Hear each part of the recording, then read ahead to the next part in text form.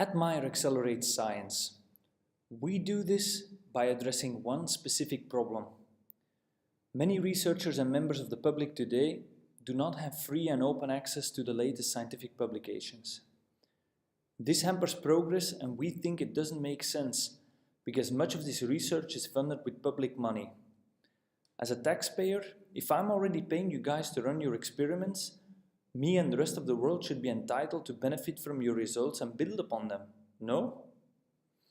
Our clients are typically universities and public institutions like the World Bank and agencies of the United Nations such as the World Health Organization. For them, Atmire builds specialized web portals called repositories that they use to set their publications free online. The software we use for this, DSpace, is a free and open source platform. But before going any further, I want to commemorate our mentor Eric Duval, whom this auditorium was named after. Eric stood with us at the cradle of Atmire and served on our board for almost 10 years. He inspired the values that we still uphold today and believed in us before we believed in ourselves. If you want to learn more about what he did for us, follow the link at the bottom. So how can you generate revenue from open source software that is freely available to everyone? To draw an analogy, we might as well be asking, how can you generate revenue from a public beach? This one, for example. A regular passerby will quickly leave this place and look for another location to spend money on ice creams, drinks, renting chairs. But the entrepreneur will seize that opportunity. She's the one creating added value based on the conditions and resources available. Hell, maybe there's no apparent market demand at the start, in which case the entrepreneur unveils it. In this picture, the beach is free, the sun is free, the air the people breathe is free. Still, somebody's making money. To bring the analogy back, the fact that open source technology is freely out there is merely a variable, a condition.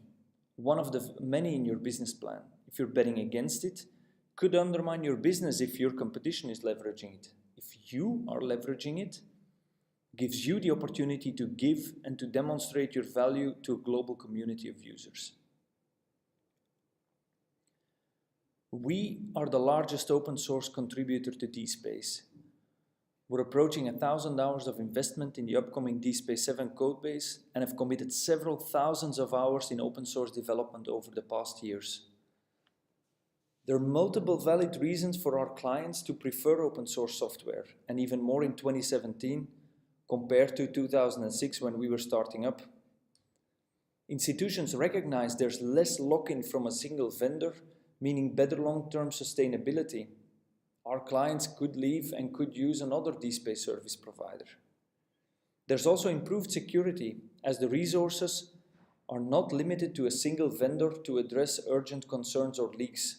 Today you even see that behemoths like Microsoft and Apple sometimes need a really long time to get a fix out.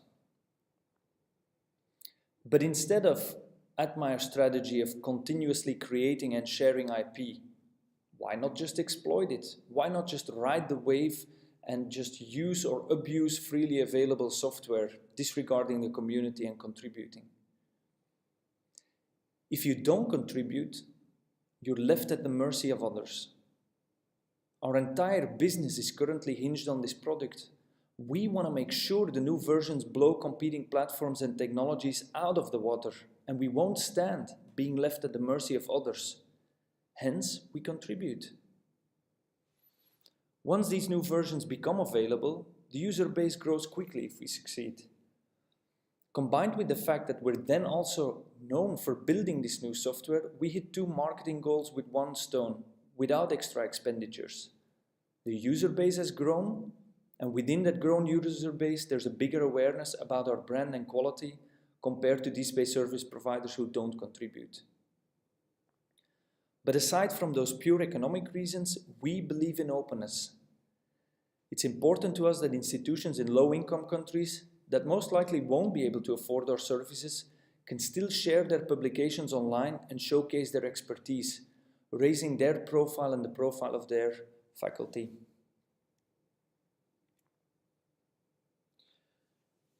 But surely you need to draw a line somewhere.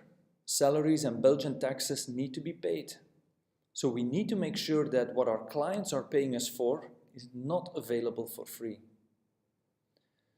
I used to download a few movies and series for free in the old days. Today, I pay for Netflix. What am I paying for? Not for the content, because I'm pretty sure I can still get it somewhere, even for free legally, for example by going to my local library for a DVD box. But the added value I'm paying for is called convenience. I'm paying for the ability to start a movie of my choice within a minute after putting on my TV. That's what I pay for, and I don't think it's available for free.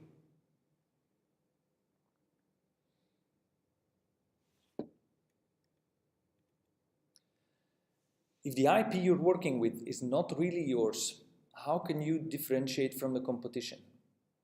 Like in the beach example, anyone can start selling ice cream. It is true the barriers to entry are relatively low in open source compared to other forms of technology.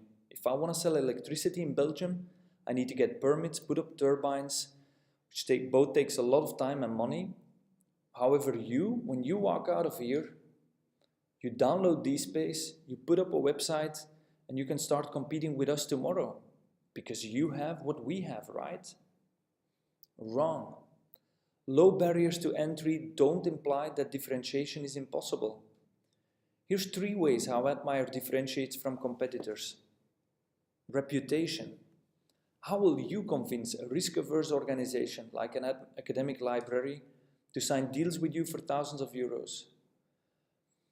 Being a spin-off and being able to list a first major institution as a client was an important asset in our early days. In international competitive bidding procedures, references or years of experience are often a hard requirement in order to make the shortlist. There's also service level. Because of the fact that we are present in multiple countries, including the US, the UK and Belgium, we can offer 24/7 support and serve millions of downloads every month. Everyone can install DSpace, but I challenge you to fend off denial of service attacks on a weekly basis for clients like the World Bank. Even though the base platform is open source, there is still some Atmire IP that we do exploit. We package and sell functionality that DSpace doesn't have out of the box, both as add-ons as well as turnkey software as a service. All things considered, leveraging open source in your business model is just a means to an end and not a goal. There's thousands of liberally licensed projects on GitHub and communities online. Which interesting problem are you going to tackle with all of that technology? Because here's the challenge. Find that real problem that you really care about. That's ultimately what counts and what will keep you going. Early on in our history, Atmire took a detour, leveraging the same open source technology DSpace as a platform to organize and manage scientific conferences. We generated revenue from this. We didn't generate any profit. We were not passionate about the problem. Because what was the problem really? There was no joint platform where the academic review and the practical conference organization were brought together. Turns out that's not a real problem. Nowadays, and you probably know this better than I do, you see that reviewing is organized in ConfTool, some content management system is used for the conference website, and the payment systems of the institution hosting the conference will be used to manage the money. Sure, there's room for improvement, but we didn't care enough about that marginal area of improvement. But we needed this detour to realize and to find how much we really care about our mission of accelerating science through open access.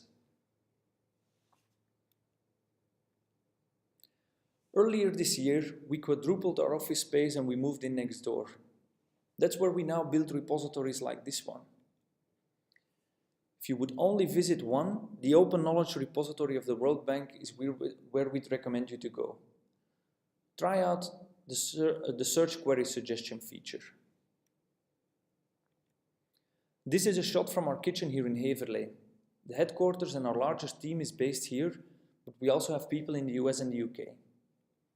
For example, in the middle here you see our UK colleague, flanked by our CTO and co-founder Ben Bosman, and Tom Desert, who is the most recent member of our team being recognized as an official DSpace project committer. I hope you find the real problem you're passionate about. I hope you'll see through, execute the hell out of it, maybe with the help of open source and an enthusiastic community. Thank you.